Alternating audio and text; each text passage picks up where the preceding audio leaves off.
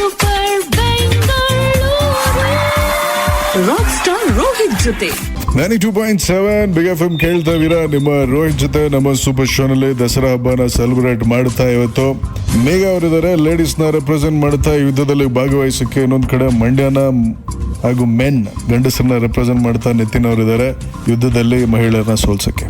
ಇವತ್ತು ಯಾರು ಗೆಲ್ಬೋದು ಅನ್ಸುತ್ತೆ ನಿಮ್ಗೆ? ಗಂಡಸರ ಹೆಂಗಸರ? ಹೆಂಗಸರು ಅಂತ ಅವರು, ನೀವು ನಾವು ಅಂತ. ಇವತ್ತಿನ ಪ್ರಶ್ನೆಗಳು ನಾನೆಲ್ಲ ಕ್ರಿಸ್ಮಸ್ ಬಗ್ಗೆ ಕೇಳ್ತೀನಿ. ಓಕೆ ಏನು ಓಕೆ ಅದಕ್ಕೆ ಹೇಳಿದ್ದು ಓಕೆ ಅಣ್ಣ ಅಂದ್ಬಿಟ್ಟು ಆಮೇಲೆ ದಸರಾ ಟೈಮಲ್ಲಿ ಕ್ರಿಸ್ಮಸ್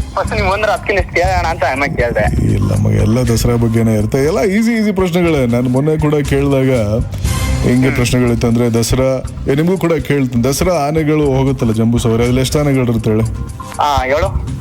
ಇದೇನೆ ಒಬ್ಬರು ಇದ್ರ ಬಗ್ಗೆ ನಾವು ಮಾತಾಡ್ತಾ ಇದೀವಿ, ಕ್ವೆಶನ್ ಕೇಳ್ತಾ ಇದೀವಿ. ಈಗ ಯುದ್ಧ ಶುರುವಾಗಿದೆ. ಲೇಡೀಸ್ ನ ರೆಪ್ರೆಸೆಂಟ್ ಮಾಡ್ತಾ ಮೇಘ, ಜೆಂಟ್ಸ್ ನ ರೆಪ್ರೆಸೆಂಟ್ ಮಾಡ್ತಾ ನಿತಿನ್. 92.7 ಬಿಗ್ FM ನಲ್ಲಿ ನಿಮ್ಮಿಬ್ಬರ ಮೊದಲನೇ ಪ್ರಶ್ನೆ ಏನು ಅಂತ ಸರಿಯಾಗಿ ಕೇಳಿಸ್ಕೊಳ್ಳಿ. ಓಕೆ, ಇದು ತುಂಬಾ ಸರಳವಾಗಿರುವಂತ ಪ್ರಶ್ನೆ.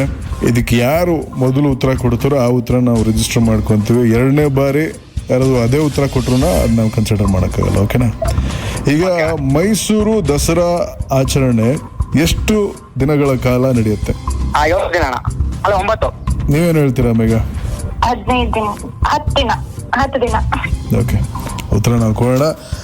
ನಿತಿನ್, ನೆಕ್ಸ್ಟ್ ಒಂದು ಹಾಡನ್ನ ಯಾರಿಗೋಸ್ಕರ ಡೆಡಿಕೇಟ್ ಮಾಡೋಣ ನಾವು? ಪುಟ್ನಂಜ, ನಿತಿನ್ ಅಂದ್ರೆ ನೀವೇ ಅಲ್ವಾ?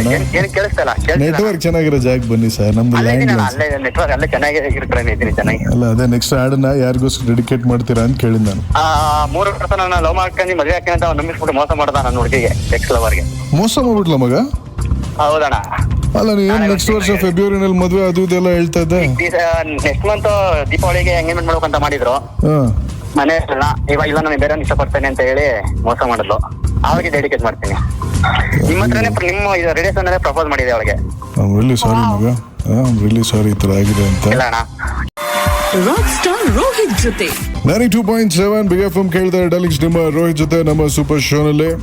ಮೋಸ ಮಾಡಲೆಂದೆ ನೀನು ಬಂದೆಯ ಹಾಡನ್ನ ನಿತಿನ್ ಅವರು ಅವರ ಹುಡುಗಿಗೋಸ್ಕರ ಡೆಡಿಕೇಟ್ ಮಾಡಿದ್ದಾರೆ. ಯಾಕೆ ಮದುವೆ ಎಲ್ಲ ಮಾಡ್ಕೊಂತೀನಿ ಅಂದ್ಬಿಟ್ಟು ಎಂಡ್ ಮೂಮೆಂಟ್ ಅಲ್ಲಿ ಬೇರೆ ಯಾರು ಇಷ್ಟ ಆಗಿದ್ದಾರೆ ಅಂತ ಕೈ ಕೊಟ್ಟೋಗಿದಾರಂತೆ. Really sorry Nitin. ಆದ್ರೆ ಏನ್ ಗೊತ್ತಾ, ನೀವು ಹೇಳಿದಾಗೆ ಈ ತಡಿಬಾರ್ದು. ಯಾಕೆಂದ್ರೆ ಅವ್ರಿಗೆ ಹೋಗಕ್ಕೆ ಇಷ್ಟ ಇದೆ ಅಂದ್ಮೇಲೆ ಬಿಟ್ಬಿಡ್ಬೇಕು. ಕೊನೆಗೆ ಅವ್ರು ಮದುವೆ ಆಗ್ತಲ್ಲ, ಈಗ ಬೇರೆ ಮನೆಯಲ್ಲ ಗೊತ್ತಾಗಿ ಅವನು ಅವ್ರಿಗೂ ಕೈ ಕೊಟ್ರ? ಅಲ್ಲ, ಮನೆಯವ್ರು ಅವ್ರಿಗೂ ಮದುವೆ ಮಾಡಕ್ಕೆ ಬಿಟ್ಟಿಲ್ಲ.